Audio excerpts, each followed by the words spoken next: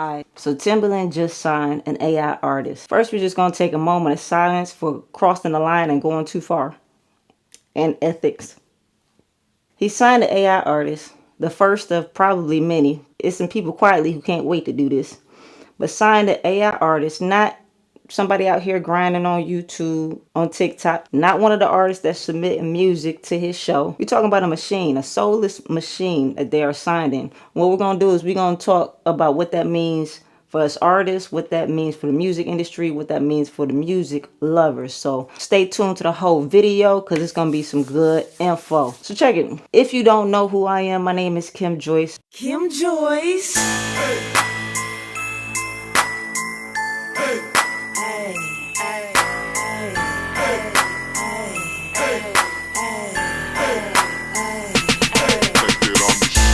It really affects me because for the last almost probably 2 decades, I'm somebody who started off wanting to do music.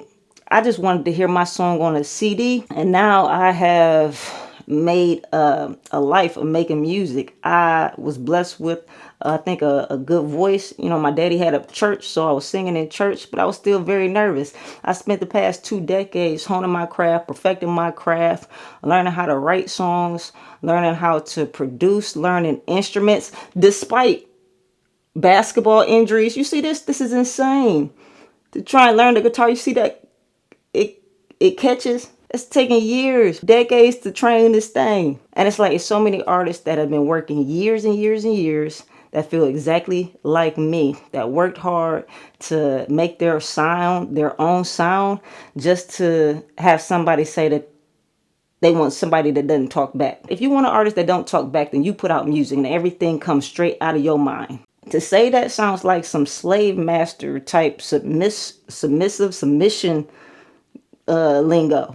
Greats like Napoleon Hill, one of the best self-development speakers, authors that have probably lived, preaches on a mastermind group. It's important to have more than one person to brainstorm ideas.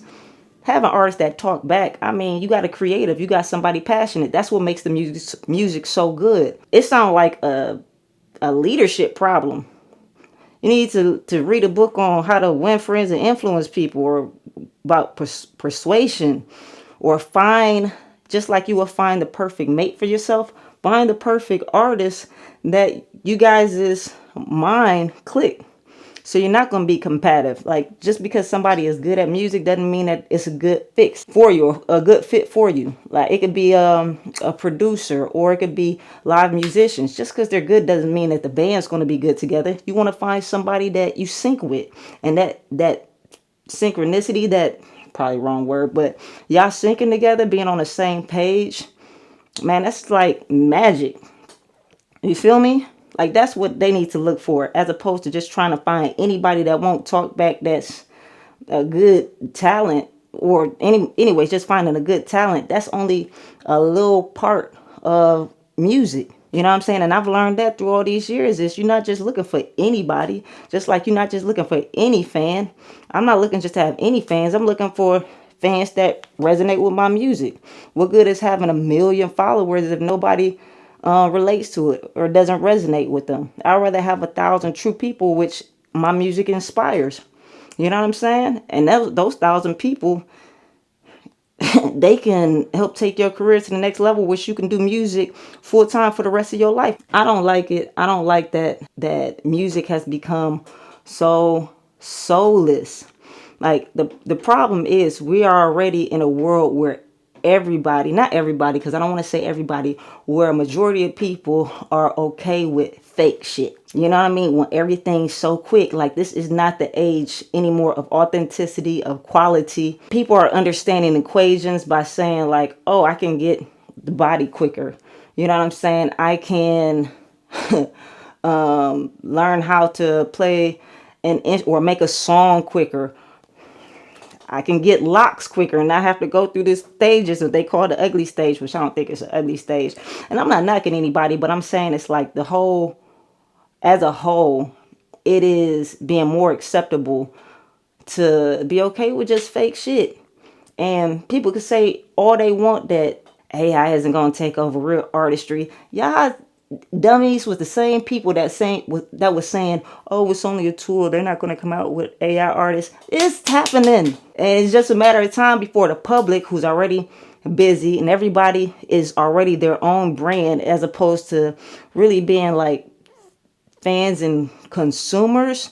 Like, people ain't out here crate digging for the best music anymore, or to be like, "Oh, I'm putting y'all on to this." People are going for trending audio to help boost their content. So they could care less about finding an up and coming artist if there's an AI artist that got a catchy sound, you know what I'm saying, that's trending. And as well, if they not paying artists, because now you got this AI artist, which you don't need to pay any money for, because you making it up, it gives you more money for promotions for Facebook and Instagram and TikTok and YouTube advertisements and billboards. That, I mean, it even further buries the artist that's only making 0.003 cents. It's frustrating as an artist. It's maddening as an artist. But at the same time, it's not the end of the road for artists. And here's where I get to the good stuff. What we can do to make sure that we are ahead of the game. I'm okay going 1v1 versus Tata. You want to know why? Number one, and this is the main point. I spent years going from an introvert to learning how to communicate and interact and connect with people on a real human basis. So artists, we got to learn how to just be more social. And I think that this is going to push us to really working to connect with real humans, because people want that interaction. And I ain't gonna lie, I know AI is getting real good. Like, I see people dating the AI and marrying the AI people. Like, they okay with it coming from anywhere, but nothing beats authenticity and realness. And the main thing is we got to get our live shows together to be something people can feel, see in real time, and experience. That right there is going to be one of the main keys, that no AI is going to be able to touch me. And I don't know where they're going with this technology. We need a government over technology. But until then, we just got to double down, connect with our fans more, and hit the road, man. Hit these tours. That's the most important thing right there, is being able to be seen and touched and share your story. Sometimes it's like, I've had a problem in my back in the day where I didn't speak up about a lot of stuff because, it's better to be the change you want to see in the world. And I get that. Actions speak louder than words, and don't entertain some of these we got to start entertaining these conversations, because there's too many people out here who don't care, got low standards, who got low vibrational frequencies. They out here yapping. Give it a gabbing. So real people got to stand up, or else AI gonna speak up for us. You know what I mean? And all that is prompt. Like I said, are people again with low vibrational frequency who's more concerned with making a dollar as opposed to making something real. I think one of the biggest points that I can put out here is music is probably the most powerful. It's more powerful, maybe, than money. I'm just gonna go ahead and put it out there. Probably the most powerful source of energy and thing that inspires people. You can have anything, like a dog walking. You could see a picture of a dog walking. If you put the right music behind that background music, it might bring somebody to tears. And when you have something like this music that's been, I'll say, infiltrated by soulless machines and codes. Like, I ain't trying to be replaced by no motherfucking code. It took a long time for me to write these songs. I had to go through a lot. When you see me perform live, you see a lot of emotion on stage, because I had to go through a lot. It'd be crazy giving a code to a computer to have it write something, a soul song or a heartfelt song, and it hasn't even went through anything. You know what I'm saying? We had to go through life. That's why we sound the way we sound. That's why you get that energy on stage. It's because we had to go through like the lowest of lows, the craziest of times. You know how hard it is being an artist out here? I used to say one of the most artistic things I've ever done was take my music off of streaming sites, because we weren't getting paid, right? It's back on there. Make sure that you go check out Kim Joyce, all streaming platforms, and KimJoyceMusic.com. Anywho, that was wrong. The most artistic thing I could ever do is put my music back up and say, I don't even care if I get paid, man. I just want y'all to hear it. That's why the music, I feel like, is so good, because who wants to get basically not paid? You know what I'm saying? For the work that they do, the hours that they spend, the being able to translate life's hard lessons into music that makes it relatable to somebody, to be somebody else's theme music for a moment or for their life. And that takes a lot of soul. So to make soulless music, it just hurts. And I don't know, it's just dangerous. because you could put whatever person behind the keys. You know what I'm saying? Just making codes and prompting AI what to say. And if you make it catchy enough, I mean, it's being trained on our music anyways. And we ain't getting paid much for it at all. Like they even said Timbaland, he just had to apologize, I think, to K Fresh, you know? And you could do your research into the backing of that story. But we ain't getting paid for it. AI is getting catchy music, you know, behind somebody who could just write a code of anything. A lot of people are going to be okay with that. But man, music is supposed to be moving, and it's supposed to be sung and performed by somebody with a soul and with emotions and with heart, and that's went through ups and downs and trials and tribulation. Like at some point, if we start accepting AI music, then it's going to be a rise in AI girlfriends, AI friends. I mean, this is really just the separation of humanity. It's not supposed to be about robots. I get technology is a beautiful thing, but it definitely got to be some, like, we got to draw a line in the sand. Because y'all already done been taking away money off the table. And I'll get it. There's definitely still ways of making money out there for artists. But it's hard on that end. I don't want to say it's hard because I don't want to speak that into existence. But it's people are still learning how to make money as artists and get their music out. And now you have to go against this beast that is trained by your fellow compadres with more money behind it. And I don't know, something artistic about not having to follow certain equations. Moments of Love, it's like 11-minute song. You know, it's our anniversary. That's like a remix that was like 7-8 minutes. But it's like AI, it's like going to be the same thing as what people watching like a Coco Melon. It's like they're training people on how to get people to like a sound, training the AI artists and software to say, hey, this is the time frame a song should be. This is the kind of hook. This is how many times you should repeat these words in a hook. It should only be this many words.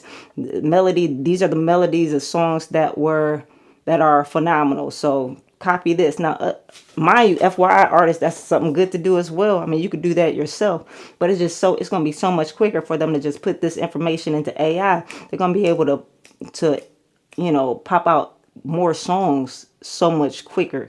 But music is supposed to be artistic. It shouldn't follow an equation. It should, but it shouldn't. And that's the gray area with music is, yeah, there's some framework in which, you want to make your music. Like you typically got A, B, like verse, chorus, verse, chorus. I get that. But it felt good as an artist being able to say like, hey, I can kind of do whatever I want to do. You know what I mean? And just be as artistic as possible, as opposed to something that just understands the system, the equation, and knows how to brainwash people, you know what I'm saying, into liking it. And it's really not even an it. It's just a human element of us being vulnerable, having so many life lessons, working on the craft for so long, learning how to interact with audiences and perform live on stage. Like that's the beauty, that's the dance, the artistic dance that we embody and we live in and we flourish in. Just feels like a slap in the face.